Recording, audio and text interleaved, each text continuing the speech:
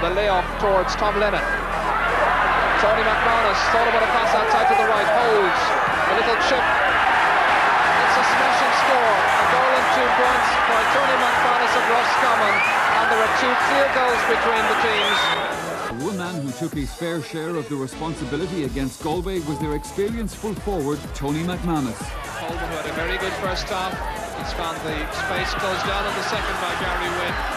Junior McManus fisting it forward to Tony McManus. The nGael duo combining. Another score or two might well seal it for Roscommon. It goes off the post, over the bar. The air was punched by delight, and with delight by Tony, who's got a goal and 3 points. A terrific performance. Peter forward. It's run on to Tony McManus. And he's put it over the crossbar. 2 goals and 4 points now for the player who was injured as he was going through on that occasion. A nice score. Sporting McNeil. Killoran. From Paul Early. For Vincent Glennon. Looking for the opening score. Here's Tony McManus. The goalkeeper's out. Tony McManus scores in the opening minute of extra time. And I'm delighted to have Tony McManus, former Roscommon legend, on the line. And Tony McManus, Tony is a former Roscommon and nGael player, holds a record 14 County Senior Championship medals, winning his first one in 1976 and his last in 1993. He also has won 7 Connacht club titles and played in 5 All-Ireland club finals. At inter-county level, he played senior football with Roscommon from 1977 until his retirement in 1993, and won 6 Connacht Senior Championship medals, as well as Connacht Minor and Under-21 medals. In 1978, Tony won an All-Ireland Under-21 medal with Roscommon. While a student in UCD, he played in 5 Sigerson Cup finals, winning 3, and was captain of the successful UCD side in 1979. And I just see there recently, Tony, that you were you know, in the kind of, they were doing all these categories of players recently. You made the top 10 there of Connacht's all-time top 20 there recently. You seem to have been in a few of those kind of best of selections. Yeah, I seem to have got better since I retired. But it's often the case with us. The longer you get, the older you get, the better you have been. But anyway, it's nice to get honoured and talked about afterwards. Of course, yeah. And Tony, I'm just looking there at your medal haul. Is it possible that, it's hard to believe that there's any players from even from your own time in the 70s that you enjoyed great longevity there, and obviously you won the 4 Connacht titles in the 70s, and then again with the team in 1991. It was a terrific medal haul. I started early. I started young when I came in 77 was my first year playing. Even though I came into the late in 76, I was on the bench for the Connacht Final in 76. I hadn't been there up to that, but I didn't get on that day. But I only came in. That was my first time with the group. But then I joined in 77. So that's when I started. So we started. I got 4 in a row at the start, which was a great help at the start. To start with that. So and I picked up 2 then in 89 and 90. 1991, sorry. And Tony, that must have been, I mean, that must have been surreal coming into a team. Can I just ask you, were you 18, were you 19 coming into the panel there in that year? You know, I was 19 when I came into the panel first, I suppose, and I started the league at 76, so it was just after minor really when I came into it. Yeah. But the championship was 77 then, so I was 20 at that time. Wow. And was that, and just even before we kind of go on to that, you were at that time you were involved in college with UCD, and that was obviously you were on some great UCD teams by the sound of things. Yeah, I came into the same thing with UCD. We were very strong at the time, so I came into a very strong UCD team, so that helped. Obviously tough enough to get onto the team at the start, but when you got onto it, then it was very enjoyable. It became very part and parcel of the UCD team at that time. So we definitely enjoyed the team, and we improved by playing with UCD and improved under Eugene McGee. And Tony, tell us about Eugene McGee. Like, he's kind of a legendary figure and kind of an unorthodox manager by all accounts. He was, from the outside, people would say he was a dour character, but actually, people who have played under him would have always learned from him. He was, he might come across dour, but he was very entertaining in the dressing room. He was very shrewd, and he really was a great man manager. He know how to get under people's skin if he wanted to get them to play better, and he was very good. And I'd say anybody who played under him definitely learned and enjoyed the experience. And Tony, were you always somebody in the dressing room who was quiet, or were you somebody who kind of maybe as you got older were more vocal, or what was your approach? I'd say my second coming to Roscommon with in 1991, that group of players would have certainly not considered me quiet, but I'd say in my first period there I was quiet. When I came into the team that included Dermot Earley and Pat Lindsay, I certainly wouldn't be shouting too much around those guys, but I'd say in the latter years I certainly would have been more vocal. So you had an amazing situation there in with the under-21s, I suppose, in 1978, where, well, obviously in 1978 you lost to Kerry in the semi-final, and in the All-Ireland semi-final in the senior, and then beat them in the under-21. And it was a kind of strange one because that match was actually played in Roscommon, and then you had the Clann ROS tournament before it, where Kerry were playing as well. What are your memories of that that day? Well, that would have been one of the probably best days they ever played for Roscommon. Really, in the fact for Roscommon football and Roscommon folk, like they had Kerry, the All Ireland champions, up for a Clann ROS final, and we had Kerry in a very strong Kerry team in only one final. So it probably was a bit cocky on Kerry's part to concede home advantage in All Ireland in one final. I doubt they have done it again, but it was a marvellous day for Roscommon folk, and it was just a super day in Roscommon the same day. Yeah, and I'm just calling out the team there. You had Brendan Kenny in goal, you had Des Newton, Peter Dolan, Seamus Ty in the full back line, half back line Jerry Kennellan, Richard O'Byrne, Eddie Egan, Seamus Hayton and Jerry Fitzmaurice midfield, Michael Finner, Jerry Emmett, Coleman, Reynolds on the half forward line, and then Aiton McHugh, Harry Crowley, and yourself, Tony, in the full forward line. That was obviously a very strong under-21 team. Well, that was very much the team. We were beaten. We had a very strong minor team in '75, but we got well beaten by Kerry. We just had a poor performance in Croke Park that day, but Kerry was very strong actually and got a run on us at minor level. But we felt we didn't do ourselves justice that day in Croke Park, so it was great. That bunch of players had been together since under 16, and we'd been great friends with all those guys. And Jerry Emmett would be very funny, but he had a tremendous final, scored 4 points from play. So as a bunch, we grew up together, so that was important, and we were thrilled to win that final. And you had, I suppose, even on that Kerry under-21 team, you had a number of their senior players as well. There would have been a very strong under-21 as well. They had Jack Owen, they had Johnny Welsh, and they had Bomber, so they were very strong. It was a great win for us coming. Yeah, and what are your memories of it as an occasion, Tony? Was there a big build up to it? What are your recollections of the week and the build up to it, or of the match itself, even? More or less, the match itself was tight affair. It was a very windy day, actually. It was just nip and tuck all the way. We were lucky enough to get the end of it by a point, but it was Jerry Fitzmaurice scored a good goal. He wouldn't score too many goals for us, so. But it's just nip and tuck and just hanging in there in the end. But that minor team, I think, or that under team, had won all the matches nearly by a point. So we've had a lot of close finishes that year. And you had beaten down in the semi-final. But doing beaten down semi-final, another tight affair. Even though we should have won that game by more, we missed a lot of chances the same day. But we beat Galway by a point. We were very understrength against Galway. We had a few injuries going into that match, and we barely survived against Galway. Yes. So we got a penalty near the end, and that got us across the line. And Tony, that must have given the whole county and ye as players just a massive confidence boost. Like, you were already going into a strong senior setup, but to have maybe a number of players now going in from an All-Ireland win and under-21 setup, there must have been a great buzz around the whole county at that stage. Yeah, well, there was a great buzz. Roscommon actually were in a great position that time. Like, we had a strong team, and next thing, the underage were coming through as well.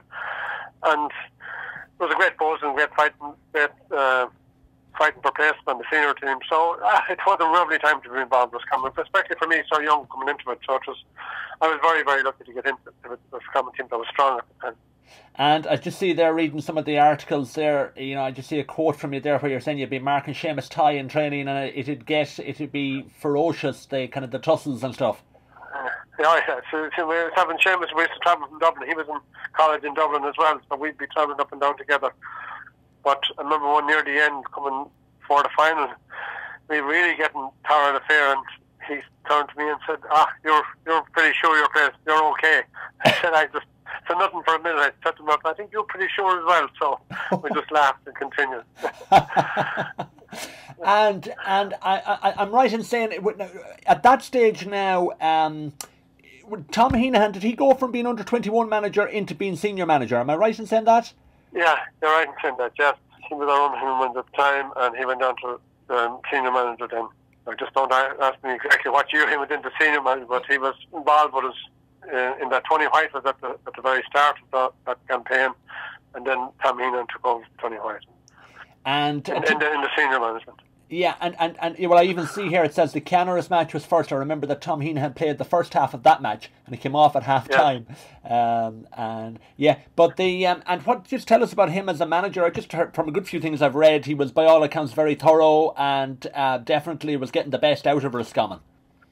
Yeah, he was very thorough. He was a very smart manager. He was probably a bit before his time. In his training and in his team set up, like we'd always have a plan of action on the day. He'd be keeping players wide. He'd be having he'd like to make a lot of area in front of goal and things like.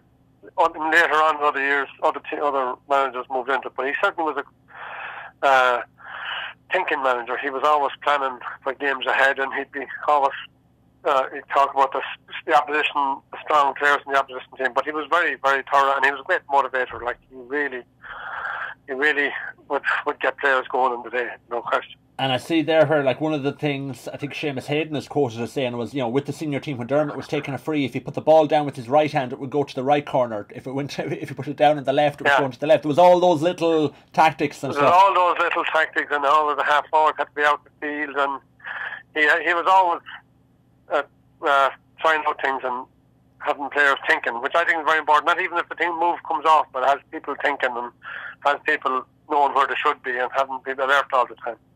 Yeah, and I'm just looking at that there. Seamus Hayden is also saying, like, you know, the Roscommon defence that time. Now, we're obviously a very talented forward line, but, you know, Harry Keegan, Pat Lindsay, Jerry Connellan, and Heenan himself, they were very, very good, top quality defenders. Tony, they were as good as anyone in the country, if not better. Anyone in the country, like, yeah, there's no question of that. Like, and the training sessions carried that on. Like Pat Lindsay, now as an opponent, was unbelievable.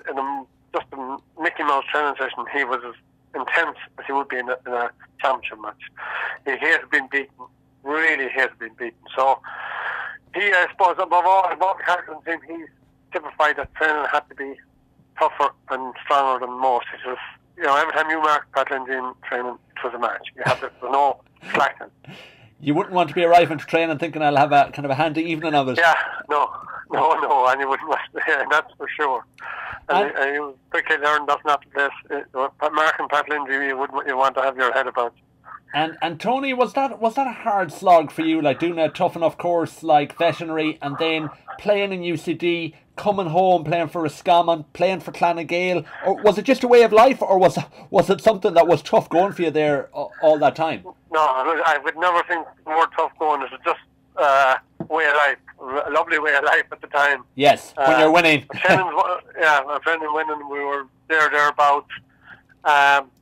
Training that time I'd say it wasn't as intense, but it was a lot of, well, especially I was saying afterwards, Mark and Pat Lindsay is intense, but it's not just like nowadays what they're training, but we enjoyed the training more. We nearly came back into the summer and then you start building up for training now. I enjoyed it. I was able to marry all my teams that was involved with UCD. I think Heenan and Eugene McGee talked a lot, and they didn't make sure that we weren't doing too much. So it worked out well, and I enjoyed it. But I never felt it was a bore in any way or a hardship in any way. Yeah, and it was, as you say, I suppose you were so strong that time in the 70s. It was that made it easier as well to be part of that setup. So just looking at those there, Tony, I'm looking at it here. You won 4 in a row basically, and it was the only time we won, I suppose, a national title that stage at senior level was a league final against Cork, isn't that right? In 1979. Right. Yes. That was a very. The league was taken more seriously then times as well. It was we had beaten Kerry in the quarter final, Offaly in the semi final, and we good victory over Cork in the final. And I see that you were up by 8 points to 2 at half time. It was nearly almost game over at that stage. Yeah, it was one of our best displays, I'd say, really. Actually, 79, we were playing very well as a team. We were getting better all the time. And that was a horrible loss against Dublin in the semi-final when we certainly should have won it. And that was, to me, that was one of the biggest losses, because I think we would have been beaten in the final in 79, but if we had been in the final in 79, I think we would have won 80 as it turned out. And as you say, yeah, it's that old saying of you nearly need to lose the final to win one, I suppose. Well, it would have been just getting the experience, but I think we just looking back in 80, we had the chance, we certainly had the chance to win it, and inexperience and maybe stage fright cost us, but if we had been there before, I feel that it could have been vital. And I think it was Mick Hickey, someone I'm just reading there, he gave kind of it was his free taken really nearly that just... Yeah, he couldn't miss. Yes. I think he had 11 points from that day, he just couldn't miss. And surprisingly there, I see where Michael Finneran only came on with 10 minutes to go. He scored a goal and a point. Is it too late to ask? Had there been a row, or was he injured, or was it? It just seemed unusual that he wouldn't have been there. No, it wasn't a row. Offhand, I really can't remember why he wasn't there at the time. No, it doesn't. I don't know. He might have been injured. He might have been injured coming up to or something. Yes. That he missed some training, but that was all. I don't remember anything. Yeah, you don't. And so, like in the forward line there, Tony, you were playing with the likes of Jigger, Michael Finneran, and Mickey Frayne, and your own brother Eamon, and Sean Kilbride, and all these names. John O'Gara, of course. Yeah. How good a forward line was that to play with? They were very good. Like everyone had to do their bit. I said Mike Finneran wasn't picked in the league, so it just shows you the standard. Like everyone was under pressure for the places. So that kept the team going. Like there was good subs there. Like Jerry Emmett was very good sub, didn't get on. Mickey Frayne missed out in 80. Probably it was a loss for us. He was an exceptional player. So it was a very good forward line, but we had a strong midfield. Dermot and Seamus midfield were very strong, and we got a lot of good ball in. So that's a very important part of it. So we had a good overall team. Like Danny Murray was a great attacking half back. So overall, we were getting better and better as we played together, which we got to know each other better. And looking at it there, Tony, the 2 times where you were playing, where Roscommon were at their strongest, you had Dermot and Seamus midfield in the 1970s. You had John Newton and Seamus Killorn in the late 80s. There were 2 phenomenal sets of midfields. There were very good midfielders. Very important that you get a lot of ball. And those times was man to man. Like the ball was kicked out, midfielders had to win it. You had to get your own ball around midfield. So it's very important that you had 2 good ball winners in the middle of the field. And just talk to me about like Dermot Earley. What was his influence in the setup? He was just such a leader, was he? It kind of seems to be. He had it all as a player, I believe. Yeah, he had it all as a player, definitely. But he had an aura about him that you just can't describe. Like he walked into a dressing room, he had a presence. There's no question matter. He walked into any room, any hotel, even you could see people looking at him. He was a special guy. Okay. Apart from his football, and his football was special, but he was a special guy. Okay. And was he someone that you would have been close to, Tony, or was he someone that kept his... Well, he was obviously a good bit older than you, I suppose. He was, yeah, no, we've been close enough because I would have often, say, different times trained out in the Curragh with him, and he actually came into UCD a few times training with us, not with UCD, but with me in UCD, and Tom Donlan, we'd train in there sometimes. So, we'd be close. So then we would have been close to most people. You'd always have a word in your ear. You know, he had as I said, he had a presence about him, but he also understood the team, understood the players, and, you know, he would always be helpful. There's no question about that. Yeah. Intercepting, then it's taken away from him. Tony McManus, 6 is Peter Lee, this is Dermot Early, they shot a goal! Oh, it was Tony McManus, then gave it to Dermot Early, and Dermot crashed it high into the net. And John O'Gara there, he was a very stylish player then on the half-forward line. He was just someone that was very good on the ball, I believe. Yeah, he was very strong and a good strong runner, and very good with the ball, and very bright player. He certainly had very talented. Like he was good at a good soccer player as well, so he had the touches. And Tony, obviously an awful lot of talent in your own family. Eamon was obviously already involved in Roscommon when you joined the setup. Yeah, Eamon was 2 years older than me, so he was in there before me. He hadn't played very little underage with Roscommon, but yeah, it was great having the brother as well, because you know it helps. Yeah. Just moving on there to 1980, Tony. This was, I suppose, the 4th year in a row. You had won Connacht, and you went on then to play Armagh in the semi-final, and they were a team, I think, that had beaten you the year before. Is that right? Or 2 years maybe before? 2 years before.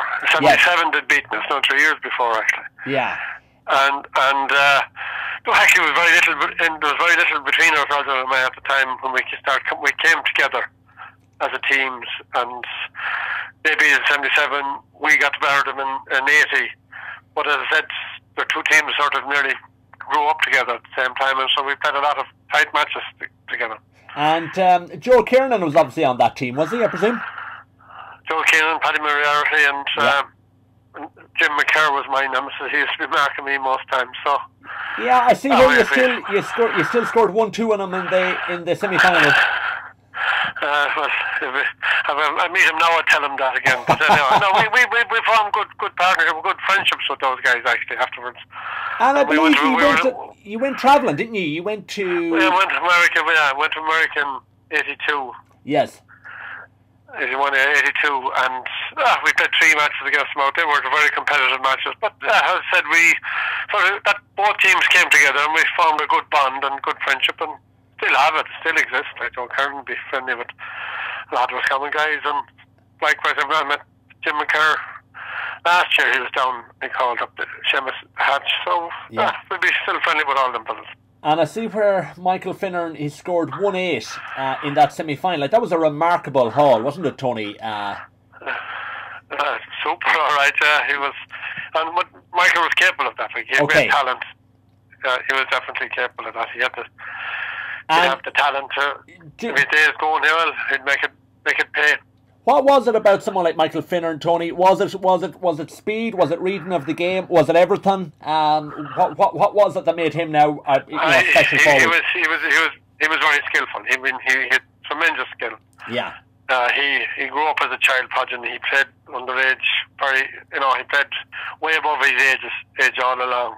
Yeah. He was a very special talent. That's all, really. It's simple. But he was, from a very early age, he was standout player. And was Jigger a similar? Was Jigger a special talent? Was he in that type of category too? Just a very skillful player. Yes, 2 of them would be skillful. Because on their days, they'd be unstoppable. Definitely 2 of them were special talent. And just from what I've read there and looking at Richie Canny's book about the Roscommon legends, which is a fantastic read, you get the impression that some of those players, that Michael Finnan and Jigger, that possibly didn't maybe play as long as you would have liked maybe with Roscommon. There seemed to be kind of maybe finished early enough. Would that be fair to say? That's fair to say, yeah. I mean, Finnan was 2 years younger than me, and he didn't last as long as probably he should have, because he had the talent. There's no So we were good at that. I don't know why he didn't, but certainly he had the talent to have been around longer. Tony, I was born in 1979 myself, so I don't really have any memory of the 1980 final, as you can understand. But what was that like? I mean, it hasn't happened in my lifetime to be a Roscommon team getting ready for a Senior All-Ireland final. Was there a phenomenal build-up, or were you kept kind of, did you manage not to get too distracted by it, or was it hard to escape that? Tell us about the build-up to it. It was very hard to escape it, I think. And in hindsight, I'd say it probably got the better of it, even though Tamina did his best to shelter us from a lot of it. But I'd say your first All-Ireland final at that time, it's phenomenal. And in a small county like Roscommon, it was everywhere. So it was impossible to shelter from it. It just was everywhere. So I'd say eventually, as I said, not being there in 79, so I got there in 79, the experience would have helped us, I think, in 80. And Tony, you obviously were one of the younger players on the team. Was that a good thing in a way? There wasn't probably the same pressure on you, or you wouldn't probably, would that be fair to say, as maybe someone like Dermot Earley, who was probably looking at it going, mightn't have that many more chances? What was your take on it? I think that when you get from Roscommon, you don't get to All-Ireland finals too often, so you really have to take it. I think we were all keyed up for it. We knew that we weren't going to be. This is a chance of a lifetime. Yes. So I don't think whether Dermot Earley or me made any difference. Yeah. You don't get these chances too often, and we knew that too. But the pressure was on. All right, there's no question. And Tony, just even in the build up to that final, the week before, the 2 weeks before, had you taken time off work, or what was the setup like, or what was your routine? Well, I was in college still. I was doing exams at the time, actually. Yeah. So I was up and down from Dublin, actually. We trained as usual. That we didn't do an awful lot different. Yeah. And fellas were working. So in that sense, okay. I suppose the week or two before, I'd say there wasn't a lot of work done. Yeah. But no, it was just normal, really, for us. And Tony, just like what would happen on the weekend of the All-Ireland? Like, would you have travelled to Dublin on the Friday? Would you have gone up on the morning? What kind of way did you approach that? We went up on the Saturday evening, Saturday night. That's how we went up, and up on the train on Saturday. Yeah. So. And where did you stay? Where would the hotel have been? Where would? I can't. Hotel is on top of me. Ah, yeah. Don't worry about that. But I can't think of it right now. But we stayed in a hotel. We were actually, we'd been around them for the semi-finals. We'd been in 4 semi-finals. Yes. So we were getting better. Yeah. Won the league the year before. I think 79 were probably better best football. And the year after we won in the under 21. So we were really flowing in 79. And 80 really got to the final. Just the way it happened. I suppose we came up against a great Kerry team, and we just didn't play as good ourselves anyway in the final. And Tony, what was your routine in the lead up to a match? If you were a big game like that, did you follow? Were you very much a creature of habit, or were you somebody that didn't really? Were you superstitious or anything like that? I'd be superstitious. I'd always sit in the same spot. I'd always do the same things in the morning. I was very superstitious. Yeah. In the build up to the matches, so I'd do the same thing I did every day, really. Yeah, because I was hearing before about Paddy O'Shea. He was kind of his superstitions nearly were taken to the extreme altogether in terms of. Well, I wouldn't play winter, but I'd stick what my routine was always, and yeah, I'd try and stay there as much as I could in the surroundings you were in. Yes. But definitely, yeah. And Tony, in the dressing room and that sort of stuff, I'd be the same always. Breeze is blowing against the Kerry men in this first half. Ball dropped down by Dermot Earley. Way up the field now. This is Tony McManus. Nice sail of a dummy there, and he's still going on. Has he gone down? It must be a goal. It's a goal! It's a goal! And it is a wonderful goal by Gerald Kerry. and Tony, it was an amazing start to the 1980 final. You turned John O'Keefe, you set up Jigger for the goal. It was a brilliant start. That was obviously a great buzz just to get that early lead. You had to tag down 2 points then straight away as well. It was a great start because the one other thing that sticks on me, it was a horrific day. The day was absolutely wet and windy. you get to Ireland final, you're hoping for a glorious game of football. But that day, the weather ensured it was going to be. No, actually, both semi-finals have been huge, big scoring affairs. Yeah. And someone said that you never get the same in the final, and both the final turned out to be a very low scoring affair. So that was contributed by the weather, and it was both managements got their defences. And Tony, had that Kerry team kind of an arrogance when you're playing against them based on what they had won? Was there that kind of aura with them, or were they? Was it? What was your impression of them as a team? I tell you from right very well. There was an aura about them. They were very confident. They had won a lot, so they had every reason to be confident. So you get that aura they got from winning, and they certainly had it. And they were never phased. You know, they never. Thought they were going to lose. They had a lovely aura about them, there's no question about that. But that was coming from winning. No. And there was a few kind of close enough chances for Roscommon there, where I think it might have been Jigger pulled a ball it was on the ground, and Charlie Nelligan kind of pulled off a great reflex save. There was a couple of chances like that God knows if that was probably one that sticks in my mind as well. If any other space went it would have been a goal, and if that again, it certainly would have been game over. It was a crucial stage. I think it was about 11 at the time. Yeah, 1-6 apiece with 11 minutes to go, I think, yeah. Yeah. And I think that was a crucial one. If that had gone in, I certainly think we'd have gone on. But it was a great save by Charlie Nelligan, but I've looked at it again and feel anywhere else would have been. But anyway, that's where it goes. And Tony, was that a frustrating game to play in as a forward? I'm sure it is anyway. Any day it's a wet, dirty game. Was it very frustrating, or was it? There wasn't like it didn't look like there was a huge amount of ball coming in after that. After that start. So it was frustrating, but in those wet and windy days, you're trying to get into the game, you're trying to do contribute, and that was frustrating. Yes. But one of those the scoreline 1-6 to 1-9. It's not a forward base, so you're going to have to keep crafting. It wasn't there for forward. Yeah, and looking at just a feature of some of those games that time, Tony, obviously that's not allowed anymore, but there seems to be an awful lot of fisted goals. I think there was one in the semi-final and two in the final, I think. It seems to be have been very common. That was common, yeah. The hand pass goal was very common that time, but the hand pass, you couldn't then after that to stop the hand pass goal.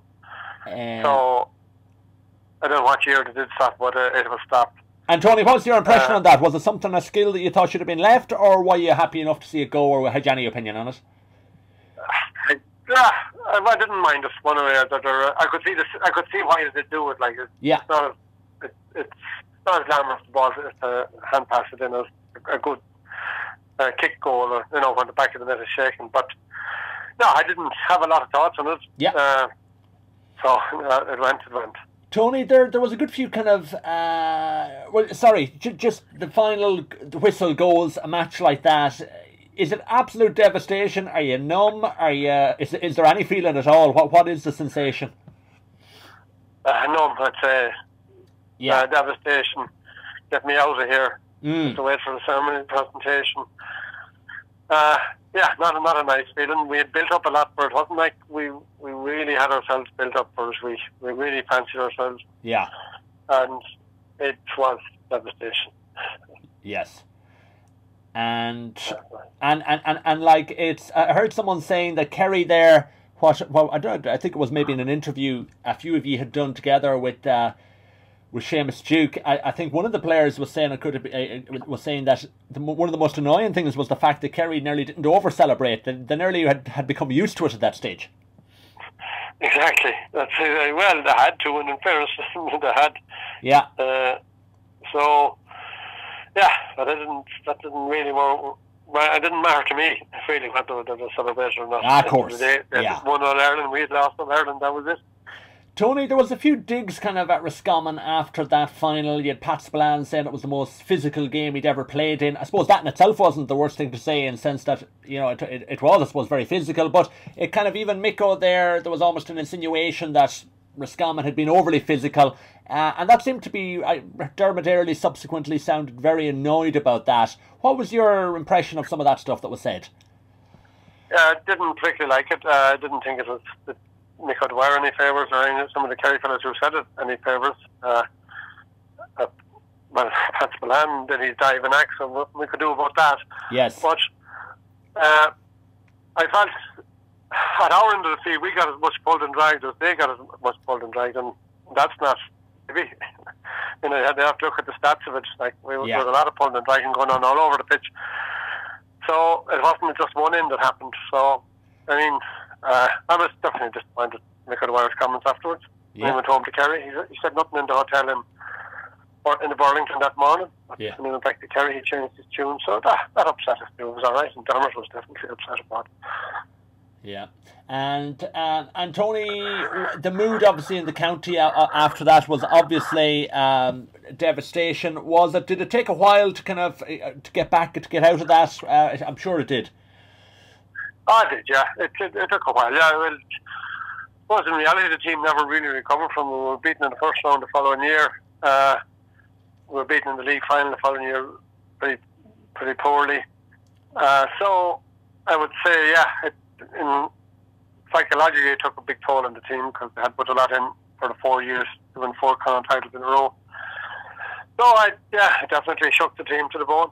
And Tony, you know, I hear a lot of people talk about the current Dublin team as the greatest ever, but you know, I suppose that Kerry team won more All-Irelands than them, and there seems to be a consensus that maybe in any other era that Roscommon team probably would have won an All-Ireland. Would that be fair? Would you think that'd be fair to say? I don't know.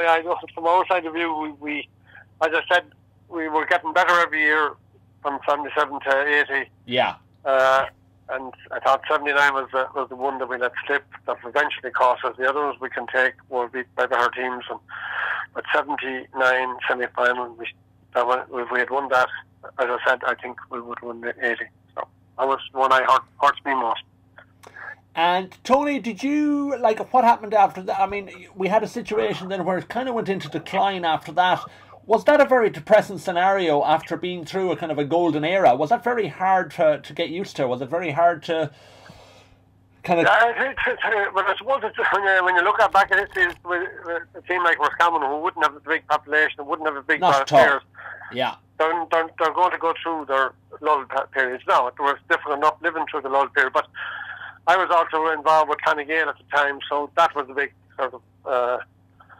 I'd say get me going as well, you know. And what year it was about 1983, 84 when Clann really started to take off? Would that be about right, sir? That's right, yeah. Even 85, 86. Yeah. We started really getting there. But even this, that's when we started getting better. Yeah. Yeah. So for me, I suppose nGael kept me going in those lull years that we had. But then from 88 onwards, we started getting better again.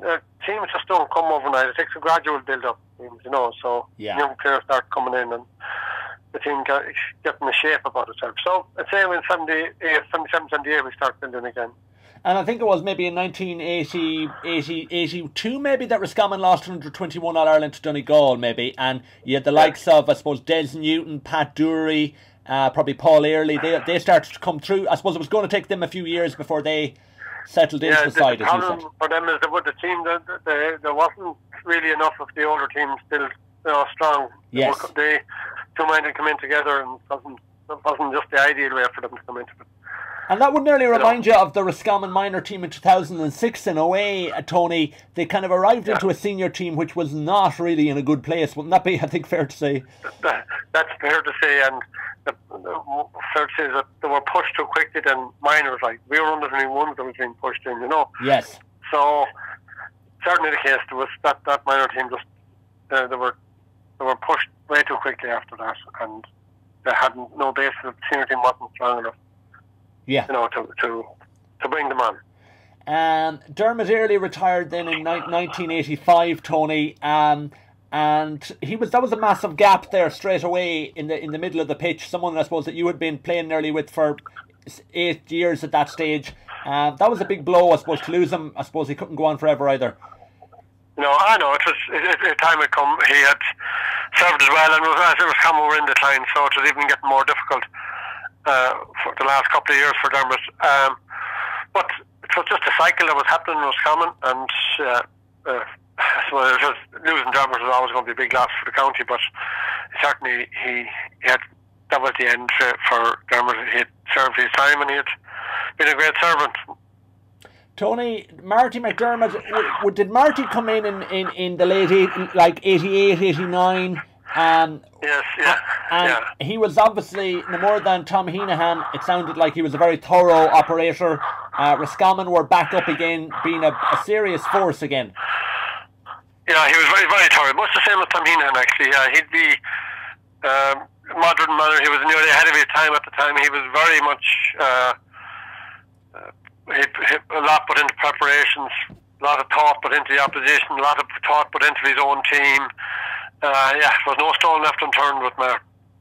And can I just confirm, Marty, what was his involvement? Had he played with Roscommon? He was a former player. He was a sub in 80. He had played. He'd been played on and off in around those times, but then he finished just after 80 as well. So no, he had been playing with us. All along. So yeah, he actually around the 80 times, and he used to be in trouble from Dublin as well. He worked in the bank in Dublin, so I used to be travelling with him most of the time. Was that ever strange for you, playing with somebody that you had? Having a manager, someone that you'd played with, or was it something you just took in your stride, Tony? He would not. Something he took in his stride. Yeah. Well, Martin was very, very, as I said, thorough. So yeah, he did his job, and we'd all have to do our own job. So simple as that. So just looking at that team then, Tony, 1989, I actually remember I was priming Crowpatrick with friends of mine. I was desperately trying to get back for the Mayo game in the Hyde. And I think I eventually got back from Crowpatrick, and one of my memories is you scored 2 penalties that day, I think I'm right in saying that, in that. Yeah, 2 penalties and one in the extra time. Yeah. To put us a point up, and we still they came back to get a draw. It is a penalty. What a dramatic finale now we've got. This was the incident. A lovely build-up with Paul early involved, spotting, slack marking, and Tony McManus. I have no hesitation. That was a penalty. So now, a minute into injury time. Mayo 1-11, the Connacht champions. Roscommon 1-9. Tony McManus, can he win this one for Roscommon? He's put it away! A second penalty goal by Tony McManus, 2 minutes into injury time, and the Roscommon fans can scarcely believe it. That was dispatched with ease beyond Gabriel Irwin. It's 2-9 to 1-11. Yes.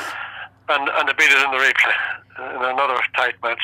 And that was a sickener in a way, because I mean it was there for you, and I suppose it spurred you on anyway in the years after that. Anyway, the fact that there was very little in it. No, either team could have won it, so there was no way we weren't grossly unlucky to lose that match. It was Mayo and ourselves were very tight at the time. I have a distinct recollection, and of you actually a ball coming in and you fisting it back over your head. You don't remember that pass, do you? I think it might have led to one of the penalties. I can't remember it exactly, but I don't know why it stands out. But anyway, I don't. Yeah, I was probably trying to catch it and missed it. It looked like it passed over my head. No, I don't think so. Now I don't think so. And yeah, you scored. I think you scored 2-4 that day in that game against Mayo. Tony, were you conscious at that stage that for you as a player, I suppose you were getting to nearly your 30s, were you conscious that the clock was ticking, or were you still you were still very much in your prime, I suppose?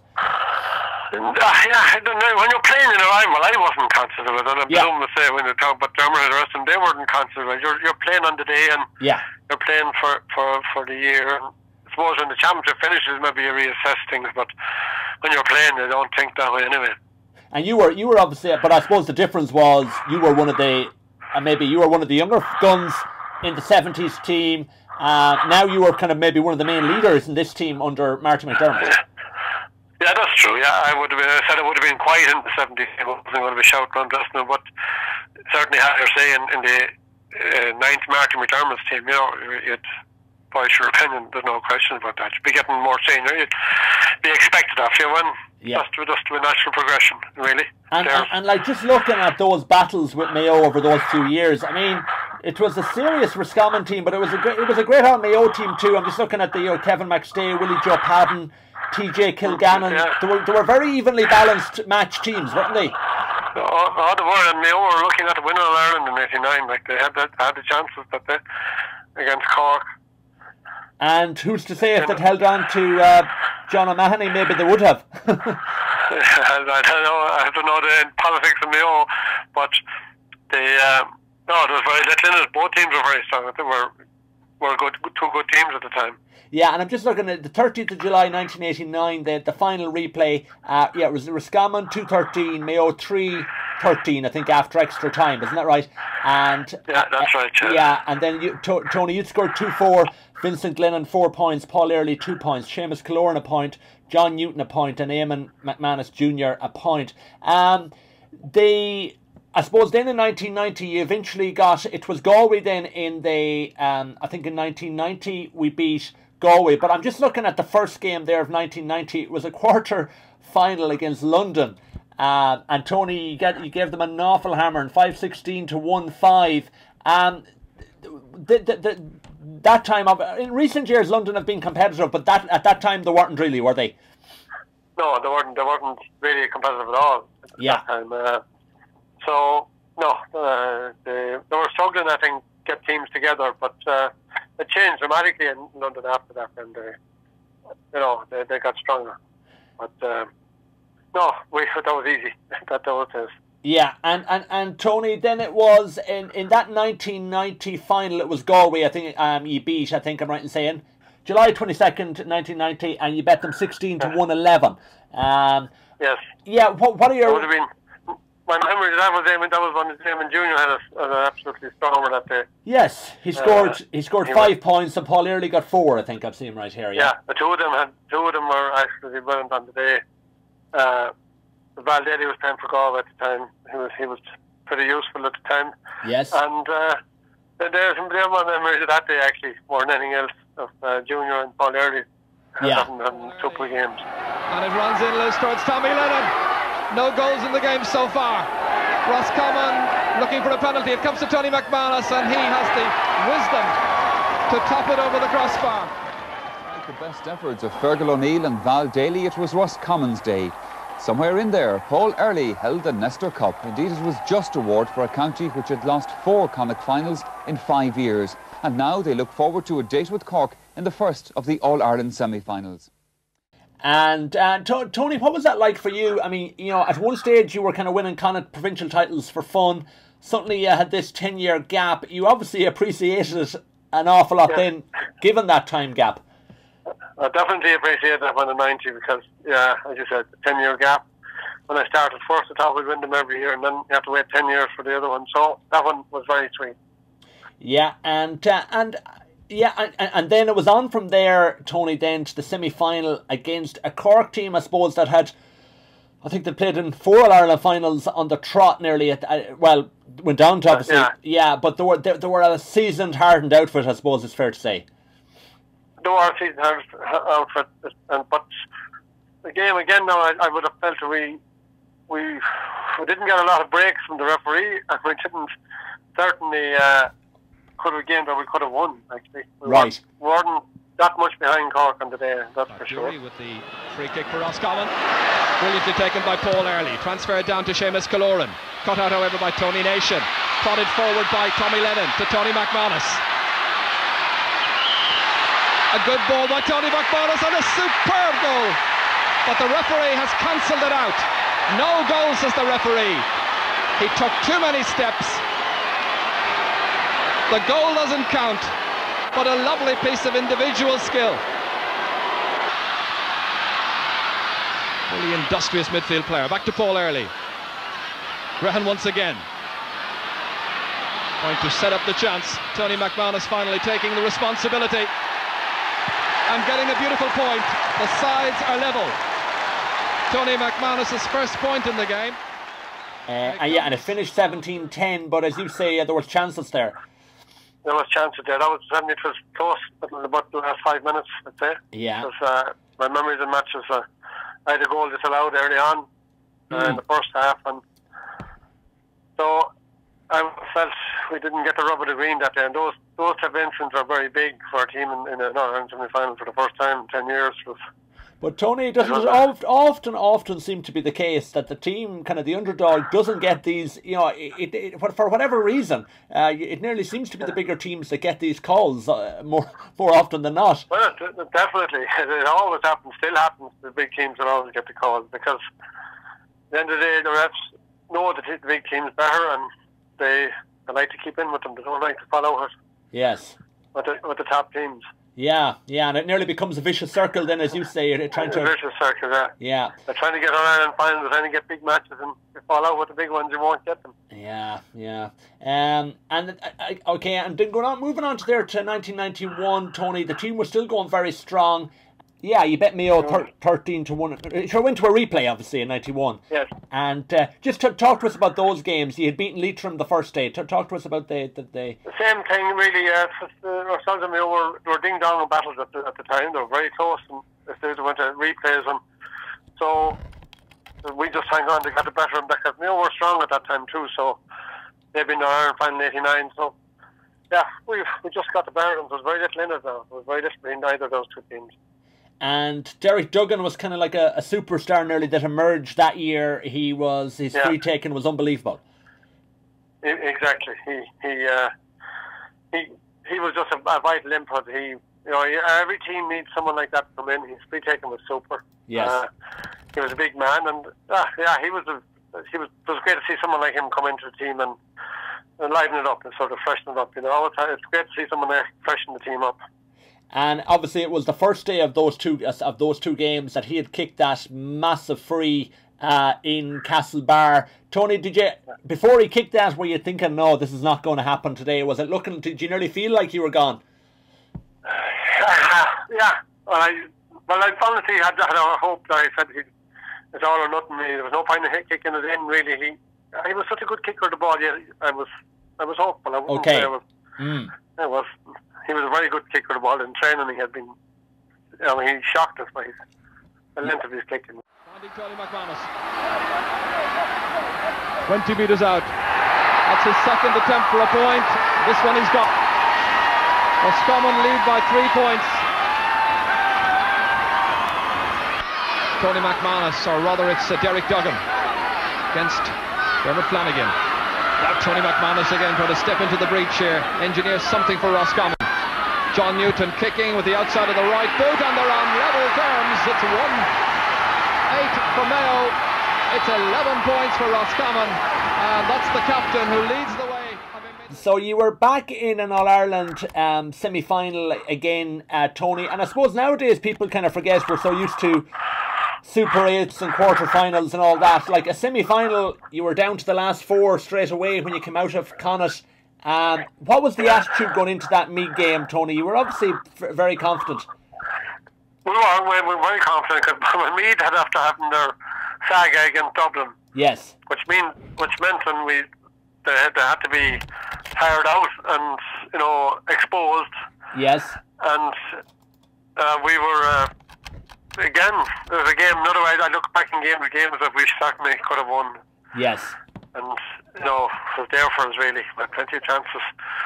They beat us by a point in the end, I think it was. Yeah. And it was touch and go all the way. Yeah. But that was definitely we were very close in 1991 in both semi-finals. Really, we played very well and still didn't get over the line. And Tony, go on. Meath went on to be beaten down in that final. Yes. And O'Rourke missed the final because he was sick. I remember that as well. Yeah. In 91.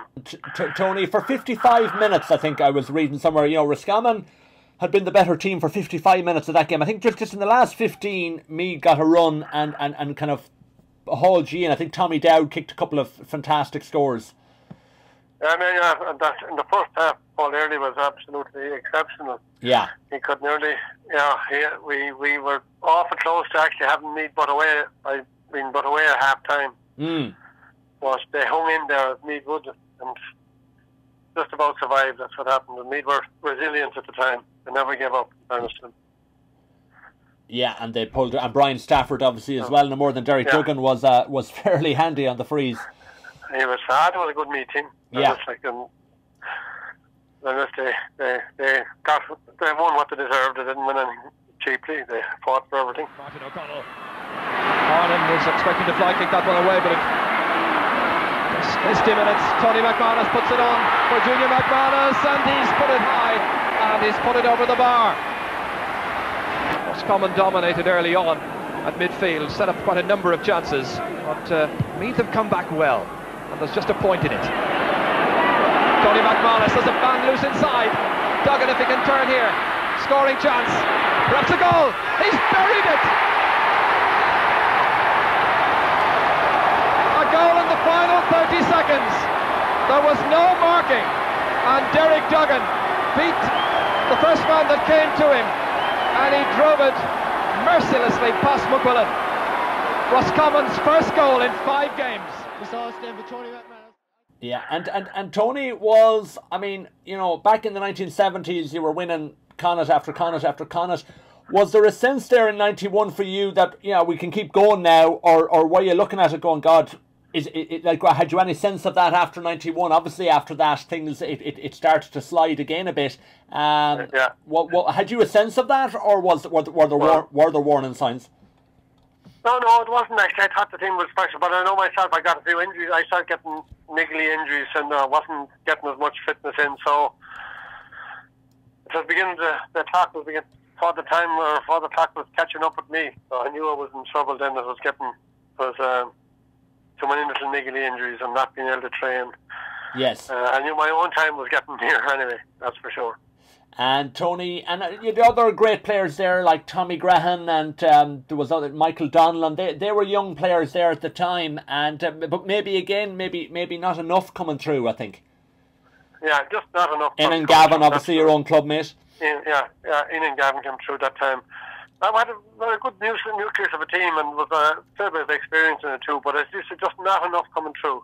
Yes. And but it was a very good team actually. They disputed with me. We were back in Connacht Final 25 years on, 2 years back there, and they were disputing me that they were a better team than in the 70s. So I didn't argue with them. You were diplomatic, were you? I was diplomatic, yes. Decided not to get involved in this argument. I was in part of both teams. I said I'm not going to say one or the other. Oh, stop. Yeah, I think that kind of thing goes on. But that thing goes on, yeah. They felt that they never got the recognition for the 2 Connacht titles they got. I'd beg to differ there. I think there was, well, see, maybe that's because that was, at that stage of my life, that was the only Roscommon team I kind of, I had seen that was kind of winning, and it struck me as a very good team, but... it was very good and very well organised, and that was great, actually, a very enjoyable time. I really enjoyed it. Yeah. And, what was that like, Tony, going out in the Hyde Park, Connacht Final, full house, with knowing, going out, playing on a very good team? It obviously was a brilliant feeling for any player. I mean, more than the matches, you'd be saying, what am I involved in this for? Like, because you were nervous to tell me somewhere you weren't, but then when you get out and start the match, and the end of the match when you won, marvellous feeling, can't be repeated. So that's what they're still doing it for. That's why there's coming new players are at all the time. Yeah. That feeling. Yeah. And so, Tony, I think it was after the 92 campaign then that you would have called it a day. 93, yes, I finished after 93. Okay. Yeah. And Tony, was that a hard void to fill for you when you finished playing, or were you at a stage where you you obviously had given it everything? Yeah. I was quite happy with the decision. Absolutely, I didn't. No, I knew I had given it all. I knew, there was nothing left. So I was quite happy, very much happy to leave it. I had enough of it.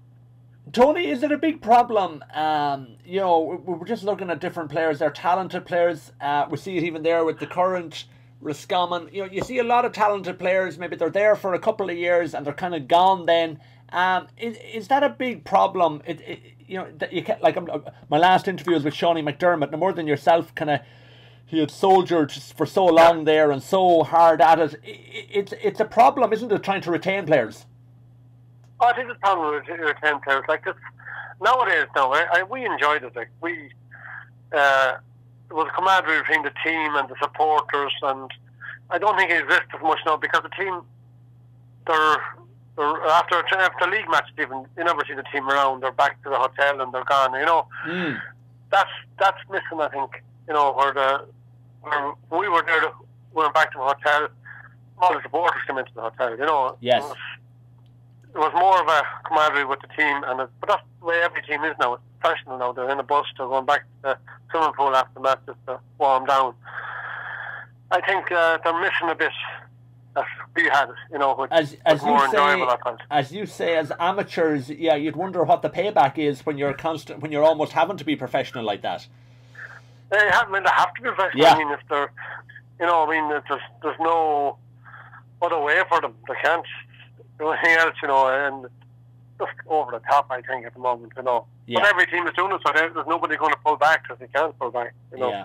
Tony, just looking back at your career, and look, it's obvious from talking to you, you're not someone who's going to be bragging about performances or anything like that, but is there a particular games, obviously you mentioned the Under-21 All-Ireland final that you won as being hugely satisfying. What would be the 3 or 4 biggest matches that you played in that you kind of took most satisfaction from? Well, I suppose, again, if you're winning, the most satisfaction would be that Under-21 final, obviously. Yeah. The league final. Yes. And I would say coming back in 90 and 1991 winning the Connacht title, the 90 Connacht final was special because I'd waited so long for it, Yes. So I'd be when it's about winning really, and those big wins were the ones that I enjoyed most. Yeah. Yeah. And Tony, is there a game that stands out for you personally as one where you just felt you could do no wrong? Was there a year in particular where all the things fell into place for you? You were injury free, where everything was you seem to have been relatively injury free for a long time, I suppose. But was there a particular spell where you just felt everything was falling into place for you personally? Around 78, 79, at the early stage of it, certainly we were winning Sigerson, when Sigerson's winning with Roscommon Under-21s and going well with the seniors. At that period, I was feeling pretty good and really enjoying the football. And then I said, I think when we came in 88, 89, 90 again, I started really enjoying that again. That group came together and we were playing well, and that area again, I was feeling pretty good. I saw an interview there with you, Tony. It was from around 1990, and I just see your aim was to win the All-Ireland. And nowadays, if you hear maybe someone from Roscommon interviewed, it's nearly to win a provincial. Is that kind of because people are looking at it going, God, Dublin and these are just so far ahead? Or is it maybe a lack of ambition on Roscommon's behalf that we're not looking for bigger prizes? What would be your take on that? I would think that the Roscommon players now at the moment this year they're going well. If they win, they'll be saying first of all, we logically have to try and win Connacht first. Yeah. But they would be thinking they can go better. Yes. I think they've been getting better, and I think the mindset would be there. If we're thereabouts, they wouldn't be afraid to go on. Have a go ahead. There's a hard edge to them at the moment, Tony, isn't there? It's kind of and maybe that wasn't always there. There's kind of Oh, there is, maybe they're getting the good attitude, and they're getting there now. It's just that Dublin are exceptional, and Kerry look like they're coming. So, and Galway look like they're coming too. So it'll be an interesting. Well, this year is sort of nearly gone anyway. Now at the moment, it's hard to see any coming back in October. Really looked like an All-Ireland, but anyway, it will be the two. Yeah, and Tony, your own son John is obviously involved the last few years. He's had good success with winning a provincial titles and all with Roscommon. Has that been great for you to be able to watch while you have had someone involved? It's easier playing than watching the son involved. So it's a lot easier to play yourself. Go away. Yeah. But that's definitely. I prefer being a player than watching. Wow. Always been. It's definitely easier to be a player. But I think Roscommon will come there, as you say. But I said Dublin looks exceptional, of course, and Kerry are beginning. I think Kerry are beginning to come too now. So yes, and Galway. Yeah. So it'll be tough. It'll be just a pity the championship this year is not going to be real championship, I suppose. Yeah, yeah. You know, when it takes place in November, like, you know. Is there a possibility though that it's just going to be straight knockout now? Isn't it? I think is. It is, yeah. I'd love to see them go straight knockout, not provincial, but I don't know. Yeah. Provincial counters are very strong in Ireland here, and I don't think that they'll let it go. Yes. Straight knockout. Yeah, yeah. If not, straight knockout would be a great novelty, and I think the whole country would be warmed with it if it went straight knockout. Yeah. Tony, just yourself, you're obviously involved in some of the development panels in Roscommon. Have you haven't gone into the management to too big of a degree? Am I right in saying that? That's true, yeah. I got involved with Clann, let's say, for 1 year after I finished, but that's it. I haven't managed teams after. I got involved with coaching at the underage in Roscommon. Development. So, and Tony, is that something that just never really rocked your boat, or is it you just not have the time for it, or was there? I'd say both, bit of both. Never really. I wouldn't have the time for it, and maybe not the patience for it either. Right. So. Right. Is it a case of kind of one of the great players who kind of maybe gets frustrated looking at players who are not able to do things? Would there be an element of that? I don't know. Frustration would probably not the player's fault, maybe my fault. But no, I just wasn't. There was never something to rock my boat. Yeah. So I had never ambitions to manage a team. That was never part of my mindset. Yeah, and just briefly there with Clann, Tony. Like phenomenal success there, winning 7 Connacht titles, 82, 84, 85, 86, 87, 88, 89, All-Ireland 7-a-side football champions in 89, league champions, I don't know how many years there, and senior county champions 14 times, and played in 5 All-Ireland finals. I mean, it's a phenomenal record there for that team. Oh, phenomenal, yeah. But yeah, we had a great time together. I mean, there's no point we lament over where we lost losing the finals, but to get to finals so regularly, be such a competitive force, we had great times and we enjoyed it.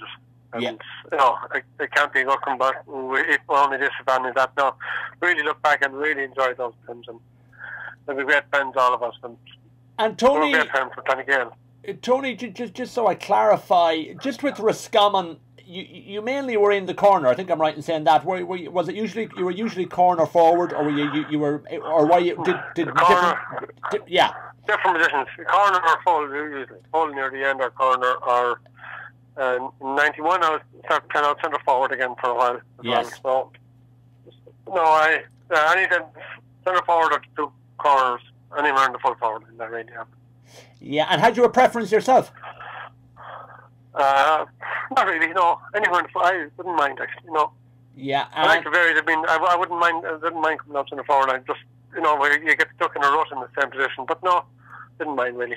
Tony, did obviously with Roscommon teams that were going well and nGael teams that were going well, there's obviously kind of almost a telepathy, for want of a better word, with a good forward line. Would that have been your experience? The fellas nearly knew before a pass was made where other fellas were going. Exactly, and definitely, and people playing together, they know each other and they look for each other. You can see it in the present Dublin team as well. The teams that play together all the time. There's certain situations they look for players. It's just habit, and what happens when they're playing under pressure, they look for certain players as well. You said in an interview with News Talk that the 1987 match against St Finbarrs was the one that kind of really irritated you. It was one you felt you left behind. Was it just because it was there for the taking? I felt it was. I felt, it was. We would have really gone on if we had taken that one. It was. We didn't play well on the day. We should have. We had chances. We were better than we played. That's what annoyed me most. Yes. We were better than we played that day. So, some of these days are hard to explain, but that one hurt, yeah. That one hurt as well. And, I see there, Donny Shine was a big influence on your playing career. Was he involved all that time with the club scene? He was, all the time with him. Tony White was a huge influence in my career because he was over the county team when I came into it first. Yes. In '77. He was from Clann. He taught me coming up. He trained me under 10 to senior with Clann, so he was always my coach. So yeah, he was doing a big player for me, or coach for me. Donny Shine was dead with me for a long time, but a great character and was a great coach. Yeah. So yeah, they're all special guys in my career actually. And was it how satisfying was it, Tony, then to see Clann there? I think it was 2018. Finally break the duct and take the Fahey Cup home again. It obviously was a huge one. Yeah, that long period when they didn't win anything, which was unusual for Clann. But we just came very strong, obviously. But it was very satisfying to see them coming back then.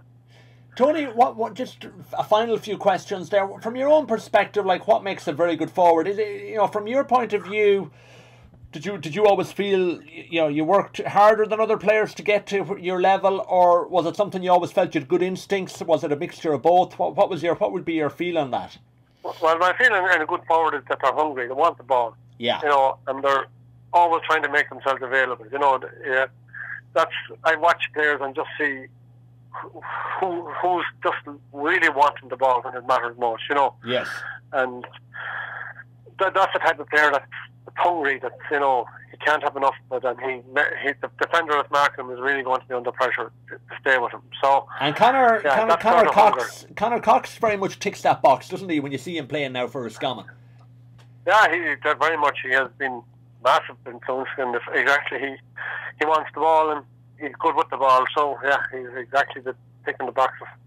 Tony, just looking at it there, are you nostalgic for those days when you played, or is it something that, like, there's obviously a lot of people would talk to you about your playing days? Is it brought up a lot when you're meeting people? It's very much so, brought up an awful lot. Yeah. But you get on and chat to them about it. I don't get nostalgic about it, no, not at all. Yeah, you enjoyed it. Yeah, that's it, and it's history, and every day is different now. But I talk. I mean, I'm working as a vet in the department, so I'll be out in the farms on Roscommon, so it's not a day that's not brought up to football, so it doesn't worry me. What are your pastimes now, Tony? Like, I'm sure you're obviously someone who's huge into sport and has been, but what would be your sporting wise? Do you golf? What do you do now? I golf a fair bit.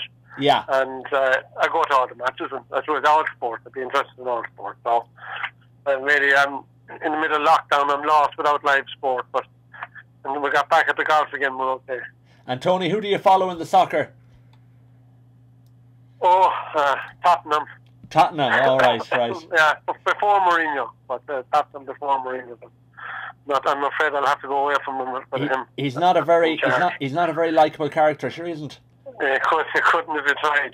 Yeah, but like it's very strange there the way they let go of Pochettino, because that had a bit of a dip, but he had done a phenomenal job. That had a bit of a dip, and it was mostly from management's point of view, but not his point of view, from the board level. But he was doing a great job, and the players were playing for him. Yeah. But anyway, so John follows Liverpool, so I had to keep an eye on Liverpool. Like myself. So. Yeah. And, it's finished up, it's finished, and at least they'll win the title. Tony, do you ever meet up now, or do you ever have meetups, or would they be regular, or now and again, with former players you played with, the players from the 70s or that team from the late 80s? We've met up a fair bit now. We've met up. Yeah, we've been introduced to county finals lately. 78. Under one team met up there 2 years ago. The 4-row team met up. No, we've been meeting up a fair bit now, actually, yeah.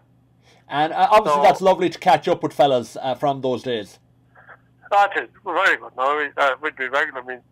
We were regular contact, really. So yeah. Tony, obviously, there's plans for a centre of excellence. I think they're in around Roscommon town. That's something that's sorely needed, I think, for the development of football in the county.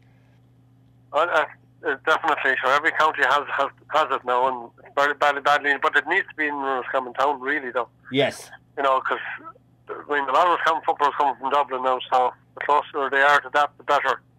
And I suppose Kiltooma's nearly been a base along with Kilbride, hasn't it, for years there? It has been a bit. Kiltooma's been used an awful lot, yeah. And you're kind of dependent on the goodwill of clubs to facilitate you then. Yeah, exactly. So yeah, exactly. And that can't go on because every club can't keep it going for themselves with ladies and men's and all different ages and groups. So they have enough in their own place.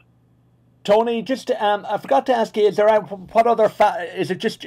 There's obviously more than John. Is there in the family? I mean, what other? Yeah, John is three. Mary, my wife is Mary, and John is the youngest. Kate's the eldest, and Roisin was in the middle. Kate's in Sydney, and Roisin is in Dublin. No, they gave up football. Well, Kate's back then was in Australia, but she gave it up in the home. Roisin played it when she was young, but she gave it up around even third time. Brilliant, yeah. So there's the interest there anyway. Well, yeah. Tony, thanks very much for agreeing to take the call and for filling me in there on all those great times. I only got Richie Canny's book there recently, the Roscommon Legends one, so I'm still working my way through it. But it's great to read the articles about all those games and about the kind of the setup in those days, which I'm kind of still learning about, you know. Okay, that's gone running. Tony, thanks a million. Okay. Take care. Bye-bye. Bye now. Bye.